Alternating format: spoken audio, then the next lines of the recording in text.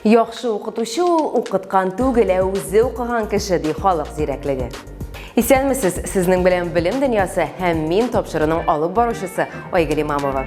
Бүген без педагоглар һәм методистлар алдында торган бурычлар турында сөйләшербез. Алдагы минутларда. Иң акыллы һәм иң яхшы ни өчен методист мәгариф өлкәсендә иң мөһим һөнәр? Йөрәкләрен балаларга бирәләр, яшь укытучыларга багышлау тантанасы ничек узды? Сыйныф темасы федераль телевидениедә нинди тамаша барлыкка киләчәк?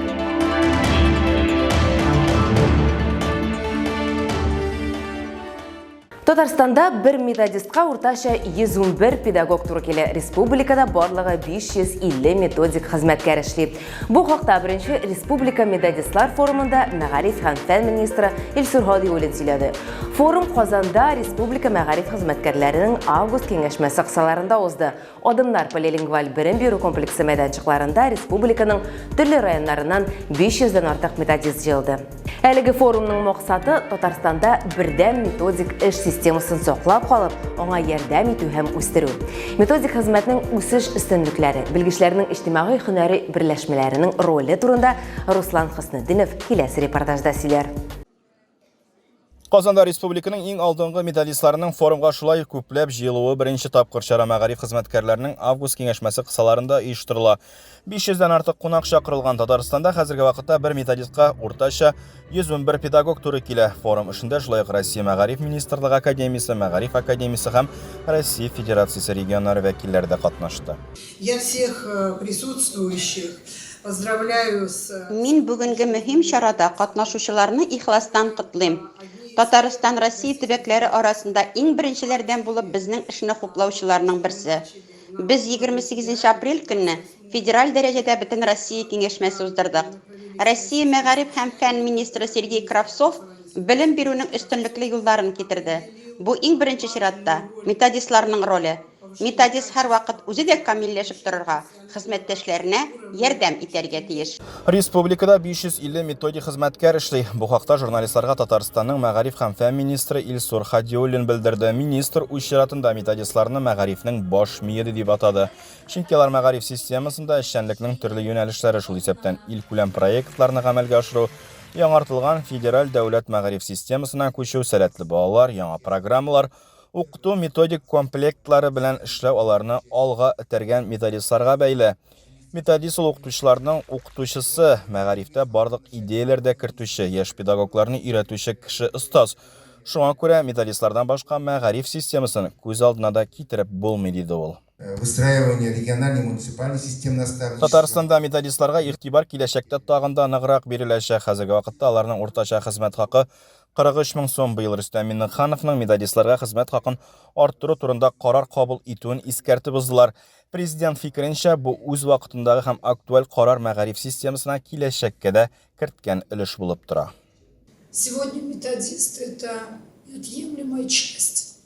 Методистлардан башка мәгариф системасын күз алдына да китереп булмый. Безгә Татарстанда алар белән бәйле барлык гореф-гадәтләрне сакларга кирәк.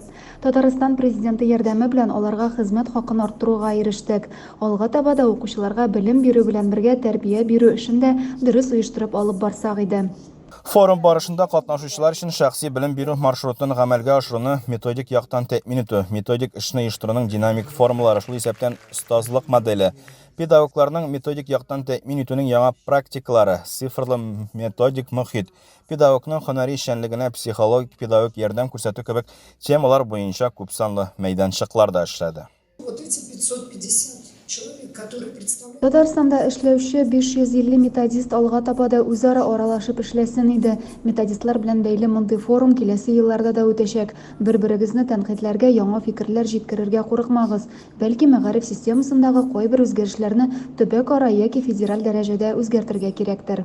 Форум ахырында методик хезмәт ветераннарын хөрмәтләделәр. Татарстанның мәгариф һәм фән министры Илсур Һадиуллин методика хезмәте системасында 30 елдан артык эшләгән 25 ветеранга күп еллык һөнәри эшчәнлеге өчен мактаулы остаз билгесе тапшырды. Форум укытучыларның һөнәри үсеше, остазлык институтын үстерү буенча методик эшнең өстенлекле юнәлешләре 2023 елда педагог һәм остаз елы чаралары планына нигез булырга тиеш дип төгәлләнде.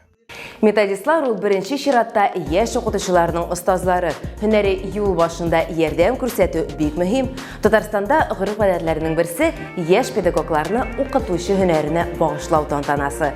Педагогик эшчәнлек башланыр алдыннан мәгариф өлкәсендә эшләүче хезмәткәрләр өлкән коллегаларыннан, шулай ук Татарстан җитәкчелегеннән котлаулар ала.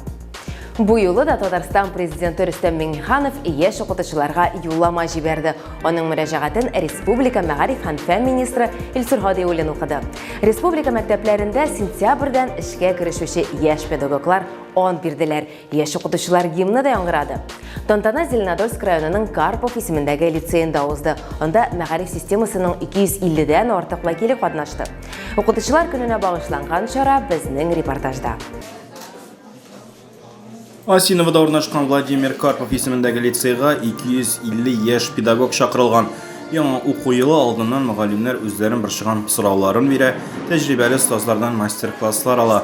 Энҗа Хафизова быел җәен Казан федераль университетын тәмамлаган. 1 сентябрьдән ул Казанның 54-нче мәктәбендә инглиз телен укытачак. Әбисе дә аның гомер буе балаларны укырга һәм язарга өйрәткән. Бу форум безгә ничектер булыша. Бу безнең коллегалар белән даже сөйләшү, шул безгә ничектер тынычландыра. Әлбәттә, мин беренче көннәрдән куркам инде. Шулай да әйтеп китим инде. Ләкин бу минем профессиям. Мин аны инде нәни вакыттан аңладым. Чараның Яшел-Үзән районында узуы һич кенә дә очраклы түгел. Соңгы 3 елда биредә 150 яшь белгеч мәктәпләргә эшкә урнаша. Быел тагын 21 яшь мөгаллим кайткан. Әлеге форум укытучыларны мәктәпләргә җәлеп итү максатыннан уздырыла. Уку елы алдыннан яшь укытучыларны җыеп, алар белән бергә остазларны чакырып, остазлар иртәнге сәгатьтә аларга дәресләр күрсәттеләр, психологиятан әзрәк аңлаттылар.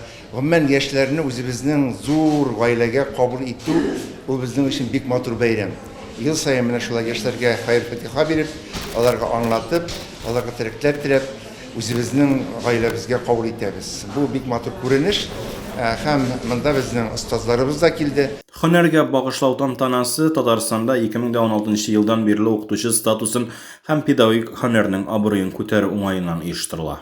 Ел саен 1000-гә якын укытучы килә һәм аларның педколледждан килгәннәрнең 85%-тан артыгы яңа кала мәктәпләрдә төпләнеп дип әйтгәндә укырга керәләр. Әлбәттә, яшь укытучыларны кабул итү ул безнең укытучылар рәтен яңарту, аны яңанда сафландыру, яңа технологиялар белән, яңа карашлар белән яшьләрне аларның карашлары да башкача тормышка. Гомумән буларга кирәк бу яшь организмны яшәртү дигән сүз. Яшь педагоглар мөмкинлектән файдаланып хезмәттәшләреннән киңәш сорый, укытучылар үз чиратында тәҗрибәләре белән бүлешә. Шалдан килгән Илдус Гилаев иң актив катнашучыларның берсе. Ул киләчәктә дә мәгариф өлкәсенә җитәрлек акчалар бүленсен иде дип тели. На самом деле Форум бик эчтәлекле, кызыклы. Мондый чараларда беренче тапкыр гына катнашмыйм. Соңгы елларда мәгариф өлкәсе алга китте. Әлеге өлкә уңышка ирешсен өчен күп тырышлык куела. Финанс яктан алга таба да булышлык күрсәтелсен иде. Мәгарифнең киләчәге өметле дип саныйм. Мәктәпләр укытучылар белән ел әйләнәсе кеше хокуклары буенча вәкаләтле вәкил Сәрия Сабурская аралаша. Ул яшь педагогларга да һәрчак ярдәм күрсәтергә әзер. Шундый сораулар белән кайсы вакыт килә. Узган елда берничә сораулар булды. Без ул мәктәпләргә балалар бакчасына үзебез чыгабыз. Без анда катнашалар рус обернадзордан кешеләр, чөнки алар да белергә тиеш ул хәлләрне. Аннары без анда очрашабыз укытучылар белән, администрациялар белән, психологлар белән. Һөнәргә багышлау тантанасы Зия Утрау шәһәрчегенә экскурсия белән төгәлләнде. Казан федераль университетының Алабуга институтында халыкара мәктәп укытучылары фестивале узды. Педагогика өлкәсендә алдынгы идеяләр белән танышырга дип онлайн форматта ул бөтен Россиядән 2500 педагог җыйды. 700 артыгышында шәхсән катнашты. Быел фестивальнең темасы патриотика иде. Әңгәмә ватан, аның тарихы, хокук, мәдәният, икътисад, гаилә кыйммәтләре, традицияләр турында барды. Тантаналы ачылыш кысаларында мәктәпкә җыенырга ярдәм ит дигән акция узды. Кунаклар шулай ук мәгариф өлкәсендә товарлар һәм хезмәт күрсәтүләр белән тәэмин итүчеләр күргәзмәсендә булдылар. Мәктәп белемен камилләштерү, нәшриятлар, иҗат, уеннар, үзенчәлекле методикалар җитештерүче заманча эшләнмәләр тәкъдим ителде. Чара укытучылар, практиклар һәм галимнәр, белгечләр, урта гомуми белем бирү һәм югары һөнәри мәктәп арасында киңәшүләрдән торды. Катнашучылар ачык лекцияләр, мастер-класслар, тренинглар, алдынгы педагогик тәҗрибә презентацияләре белән таныша алдылар.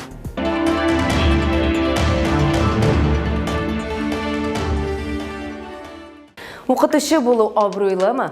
Бу хакта яңа шоу белдерер. Ул көз көне башлана. Тапшыруның нечкәлекләре белән хезмәттәшем Нияз Рахман таныштырыр. Кызыклы тәнәфестә фән һәм мәгариф дөньясыннан иң уникаль яңалыклар.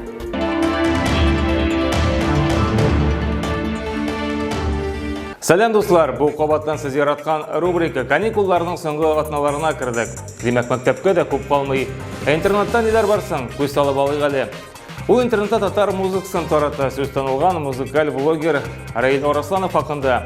Әлеге Казан егетен инде күпләрегез күреп белә торгандыр. Элек ул урамда җырлап йөрсә, хәзер интернет киңлекләрендә концертлар куя. Бер сүз белән әйткәндә, очраклы рәвештә туры килгән кешеләргә үзенең җырларын башкара. Иң мөһиме ул чит ил кешеләренә татар җырларын тыңлатып шаккаттыра. Раил өчен мәгълүматында зур эш башкара. Үзенең каналында бу очраклы очрашулар вакытында берәүне дә игътибарсыз калдырмый. Хәтта аларга үзе дә кушылып уйный. Булдыра бит егет.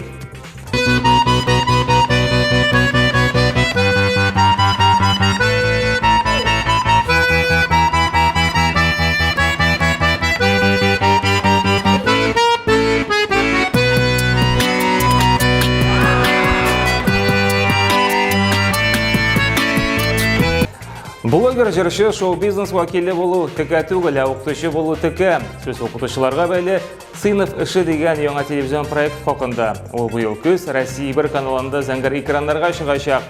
Анда катнашырга теләүчеләр инде үзләренең анкеталарын җибәргәннәр ди. Оештыручылар күрәсен укытучы һөнәренең дәрәҗәсен нәкъ шушы рәвештә күтәрергә тели. Көтәбез, карарбыз. Участниками урока вот опять же известные люди, спортсмены, космонавты, ученые. И самая главная задача тех, кто будет финалистами, но, наверное, не скучно, интересно, занятно рассказать материал, заинтересовать всех участников, всех тех, кто смотрит. Казан тренеры җиңү алып килә. Сүз Dota 2 уенында җиңгән Спирта командасы хакында. Алар үзләренең Кытай көндәшләрен 3-1 исәбе белән утып, $200,000 приз фондын ала. Спирта вәкилләрен Казан егете Айратга җыеп җитәкли. Егетләрнең инде бу беренче генә зур уңышлары түгел. Хәтерләсәгез, узган елны алар ярышларда катнашып $18 миллион приз фондына ия булганнар иде. Менә бит көне-төне уйнап та акча эшләп була икән.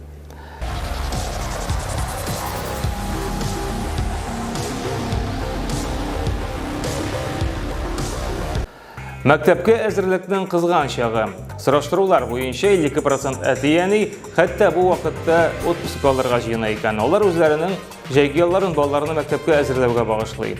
Быел исә әлеге җыеннар әтияниләр өчен якынча 15 мең сумга чыгачак. 31% сораштырылучы.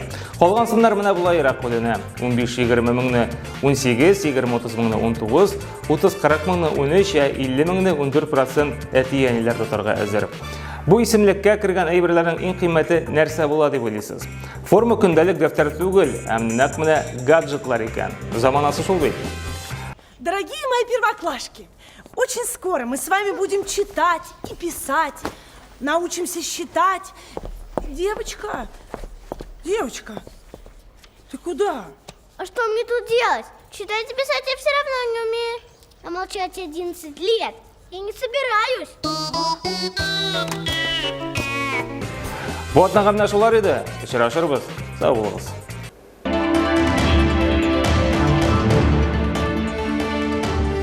Социаль шелтәләрдәге аккаунтларыбызга язылыгыз, кызыклы мәгълүмат белән уртаклашыгыз һәм безнең программаларны шәрехләгез. Берәрсен тәрбияләр алдыннан барыннан да элек без үзебезне тәрбияләргә тиеш дип әйтте рус язучысы Николай Гоголь. Барыбызга да гомер буе укырга, белем алырга кирәк. Барлык укытучыларга уңышлар теләп калабыз. Сау булыгыз.